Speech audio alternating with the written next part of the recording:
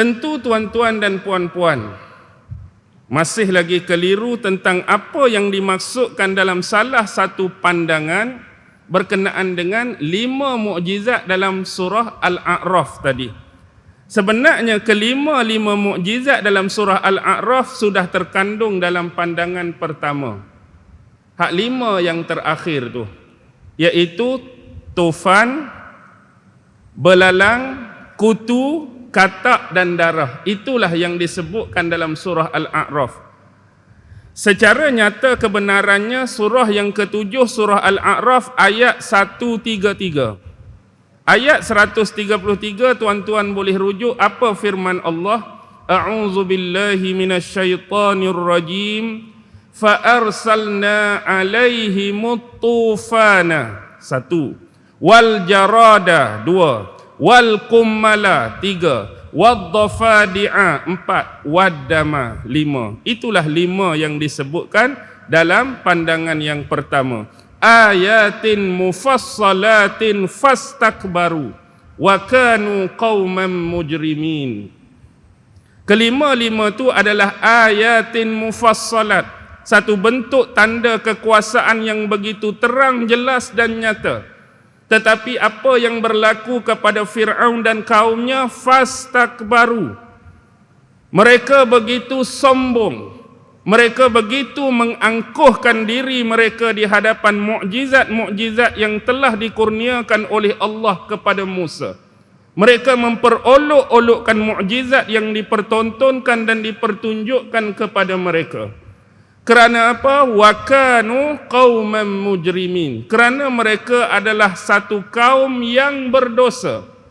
Satu kaum yang suka mengingkari Allah Subhanahu wa taala dan mengingkari perintah yang datang daripada nabi dan juga rasulnya, iaitu Musa alaihi salam. Baik, kalau kita bahaskan ayat ini, Allah sebut maka kami kirimkan kepada mereka. Pertama Allah sebut tufan. Tufan. Tufan ni kalau bahasa Melayu taufan. Tufan. Baik, dia bukan merujuk kepada taufan yang identik dengan bahasa Melayu kita. Kalau kita sebut tufan ni ribut yang besar, angin yang besar menggulung, mengganas, kita sebut taufan. Tetapi apa kata ulama-ulama bila membahaskan kalimah tufan di dalam tafsir? Antaranya, pertama ialah pandangan daripada Ibnu Abbas. Ibnu Abbas merujuk tufan ini ialah datangnya, dipertunjukkan hujan yang lebat. Yang bila mana hujan lebat datang, menyebabkan berlaku satu banjir yang besar. Yang menyebabkan banjir besar ini telah merosakkan dan memusnahkan tanaman-tanaman, telah memusnahkan buah-buahan, dan telah mematikan dan menghanyutkan binatang-binatang ternakan dan gembalaan mereka. Dan pendapat ini juga disokong oleh Imam Ad-Dhahak Ibnu Muzahim. Jadi ini pandangan pertama, banjir besar. Yang kedua, juga penisbahan kepada Ibnu Abbas, yang mana mengatakan bahawa tufan ini adalah kematian yang besar jumlahnya. Tufan ni merujuk satu bentuk kematian yang besar jumlahnya. Dan pandangan ini juga disokong oleh Imam Atha. Dan satu yang terakhir, satu pandangan daripada Imam Mujahid yang mengatakan bahawa tufan merujuk kepada bah besar, banjir besar, dan dia sebut satu lagi berkaitan dengan penyakit ta'un yang kita sebut sebagai kolera. Kita sebut sebagai kolera. Dan ada juga penisbahan, satu lagi pandangan daripada Ibnu Abbas yang mengatakan at-tufan ini ialah satu bentuk azab daripada Allah yang meliputi mereka. Itu yang dimaknakan dengan tufan menurut pandangan-pandangan ulama mufassir. Manakala yang kedua ialah al-jarad. Apa al-jarad? Belalang. Kita maklum apa itu belalang. Cuma yang membezakan belalang kita dengan belalang tempat orang lain mungkin jenis, mungkin besar kecil, mungkin spesies-spesies tertentu. Jadi yang saya maksudkan di sini, mungkin ada spesies kita tak didapati pada kawasan orang lain. Mungkin spesies orang lain jenis hak besar kecil dia tak sama dengan belalang kita. Tapi kita maklum apa binatang yang dimaksudkan dengan belalang ataupun kita sebut grasshopper ni. Baik. Belalang ni kalau kita tengok dalam hadis-hadis, banyak juga Rasulullah ataupun sahabat-sahabat membicarakan tentang belalang. Sebagaimana satu contoh, di dalam Sahihaini, Bukhari dengan Muslim, ada satu riwayat, seorang lelaki yang bernama Abu Ya'fur, dia menceritakan bahawa suatu ketika dia pernah bertanyakan kepada salah seorang sahabat Nabi. Nama sahabat ni ialah Abdullah bin Abi Aufa, tentang belalang.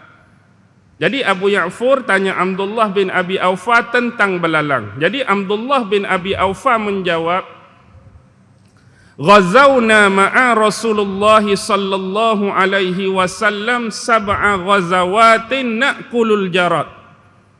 Ini disebutkan dalam tafsir Ibnu Katsir. Sesungguhnya kami telah melalui peperangan bersama Rasulullah sallallahu alaihi wasallam sebanyak 7 peperangan. Jadi Abdullah bin Abi Aufa ni pernah mengakui dia pernah mengikuti 7 kali peperangan bersama Rasulullah na'kulul jarad.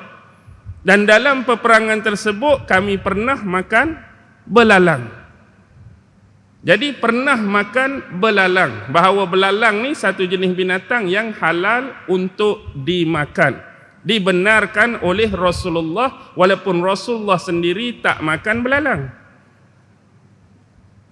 Ada juga disebutkan oleh Imam Asy-Syafi'i, begitu juga Imam Ahmad bin Hanbal, dan ada riwayat di dalam Sunan Ibnu Majah.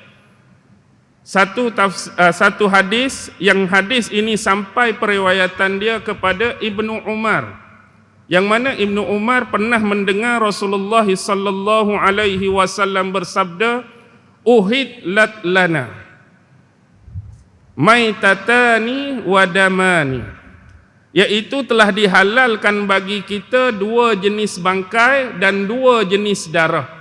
Dihalalkan bagi kita 2 jenis bangkai, 2 jenis darah. Apa dia yang dihalalkan 2 jenis bangkai? Al-hutu wal jarad, iaitu ikan dan belalang. Hak jenis bangkai yang diperbolehkan ikan, belalang.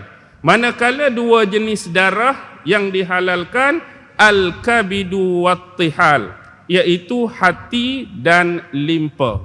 Hati dan limpa. Baik. Ada juga satu riwayat lain yang disebutkan dalam tafsir Ibnu Katsir yang juga bersumberkan daripada Ibnu Umar, yang mana Rasulullah sallallahu alaihi wasallam telah menyebutkan riwayat secara marfu' bahawa Rasulullah berkata, antara bala tentera Allah Subhanahu wa taala yang paling ramai dan paling banyak ialah belalang. Bala tentera Allah antara yang paling ramai dan banyak ialah belalang. Tetapi aku tidak memakannya. Bahkan aku tidak mengharamkannya kepada kamu.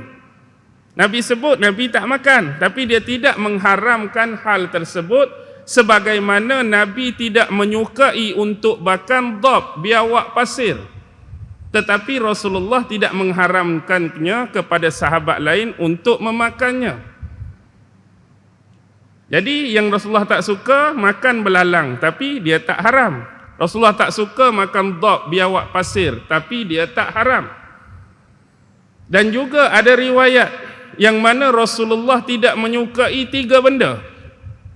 Pertama ialah 2 yang kita sebutkan tadi, belalang.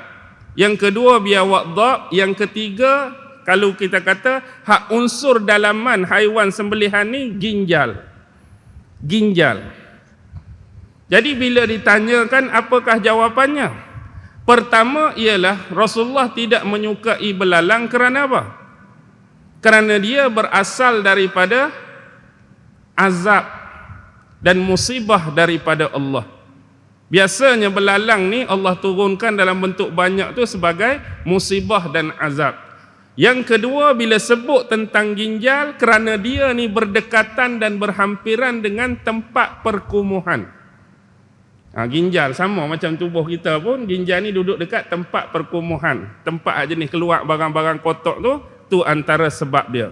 Dan yang ketiga ialah biawak dhab tu. Sebab Rasulullah pernah sebut, atakhawwafu an yakuna masha. Aku khawatir dia berasal daripada kutukan. Dia berasal daripada kutukan. Tu yang disebutkan dalam tafsir Ibnu Katsir.